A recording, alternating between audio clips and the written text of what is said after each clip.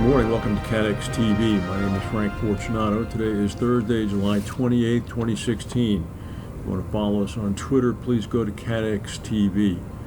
Well, a tantalizing clue has been revealed about the missing Malaysian Airlines Boeing 777, which disappeared somewhere in the southern Indian Ocean. Australian officials confirmed this morning that data recovered from a home flight simulator owned by the captain of Malaysian Airlines Flight 370 showed that someone had used the device to plot a course to the southern Indian Ocean, where the missing jet is believed to have crashed. There's been confusion over exactly what was found on Captain Zahari Ahmad Shah's flight simulator, since a magazine in New York reported last week that an FBI analysis of the device showed that the captain had conducted a simulated flight to the southern Indian Ocean less than a month before the plane vanished. The magazine cited the discovery as strong evidence that the disappearance was a premeditated act of mass murder, suicide at the hands of the captain. The Australian Joint Agency Coordination Centre confirmed in an email to the Associated Press this morning that the captain's simulator indeed showed that, quote, someone had plotted a course to the southern Indian Ocean. It said that the evidence of the route did not prove that the captain had planned to steer the plane off course, but it only showed, quote, the possibility of planning for such an event. Earlier this week, the Australian Prime Minister Malcolm Turnbull declined to offer any details on what evidence had been found on the simulator, saying it was a matter for Malaysia to address because they're leading the investigation. But the Prime Minister did say, and this is important, I just note that even if the simulator information does show that it is possible or very likely that the captain planned this shocking event, it does not tell us the location of the aircraft. You can hear the sighs of relief in Renton, Washington right now at Boeing aircraft.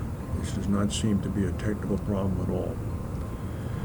According to Alex Maloney, the CEO of Lancashire Insurance, the insurance and reinsurance industry are at their most dangerous parts of the pricing cycle right now, and it won't take much more pain to force some carriers into the red.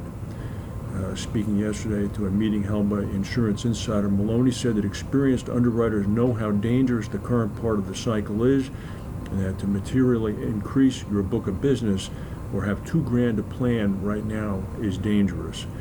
He said, every bone in my underwriting body is saying that this is the most dangerous point in the cycle, so I just have to trade through and hopefully make a return. He said, I truly believe we're coming to the end of the cycle. There's very little return left currently right now. This goes with what everybody is saying. Reserves have been largely depleted through claim releases. Premium prices have plummeted through the floor. Investment returns are non-existent because of bad and poor interest rates. And meanwhile, insurers are faced the prospect of either writing at below return levels or not writing at all and forsaking revenue coming in. It's a very difficult spot. What's also a difficult spot right now is California. The big fire we've been talking about, the sand fire, has caused the shutdown of the Angeles National Forest today. That fire has now scorched about 60 square miles. It's about 40% contained, fortunately. That's about 38,000 acres that have been destroyed, including about 18 homes. Some 2,900 firefighters are continuing to battle with it. And meanwhile, there's another fire up the coast by Big Sur, which has now been christened the Soberani's fire. That fire has scorched about 24,000 acres and destroyed 36 homes. It's also caused its first death when the operator of a bulldozer was killed when it rolled over, involved in firefighting procedures. Soberani's fire is threatening about 2,000 structures and has over 3,000 firefighters fighting it. Both the Soberani's and sand fires are facing another day of prospective spreading. There's triple-digit temperatures in California today and low humidity levels. Floods and landslides have left about 64 people dead after heavy and steady monsoon rains have hit Nepal. Another 20 are missing. Thousands of others have been forced to leave their homes. Many houses and bridges have been swept away.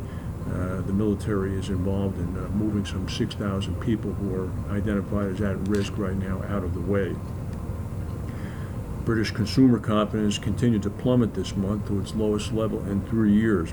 This is according to a sentiment index from YouGov and the Center for Economics and Business Research. Also, PricewaterhouseCoopers reported that many households believe that they will be worse off now as a result of the Brexit referendum. Lloyd's Banking Group announced plans to cut 3,000 more jobs and warned that the vote to leave the EU would hamper its ability to boost dividend payments. There are mixed pictures here. McDonald's said yesterday it's going to create 5,000 new jobs in England by the end of next year.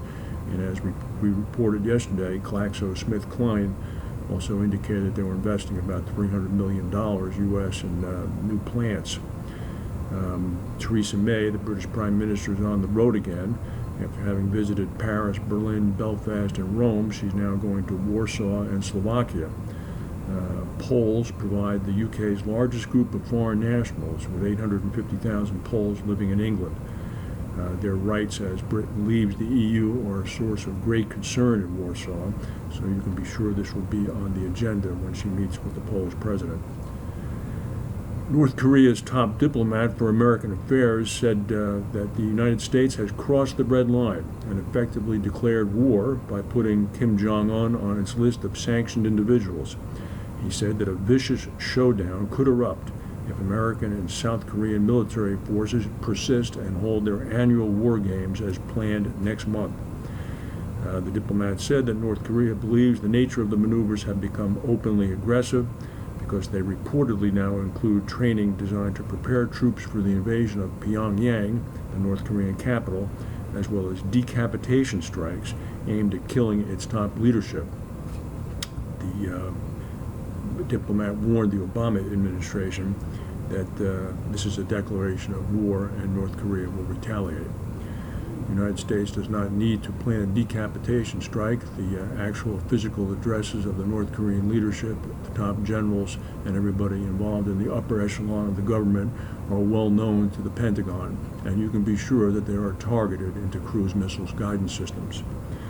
Meanwhile, yesterday in the American political arena, it was an unbelievable day.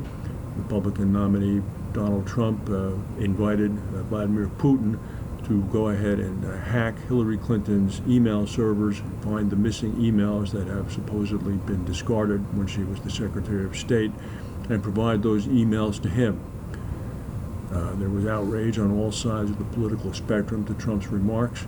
Last night, President Obama, Joe Biden, the Vice Presidential nominee Tim Kaine, and former New York Mayor Michael Bloomberg spoke at the Democratic National Convention in Philadelphia, lauding Hillary Clinton and preparing her way for tonight's acceptance address, which she will give at about 10 p.m. Eastern Time. That's the news for today. If we have any breaking news, we'll come back and tell you. Thank you for watching, and we'll see you tomorrow.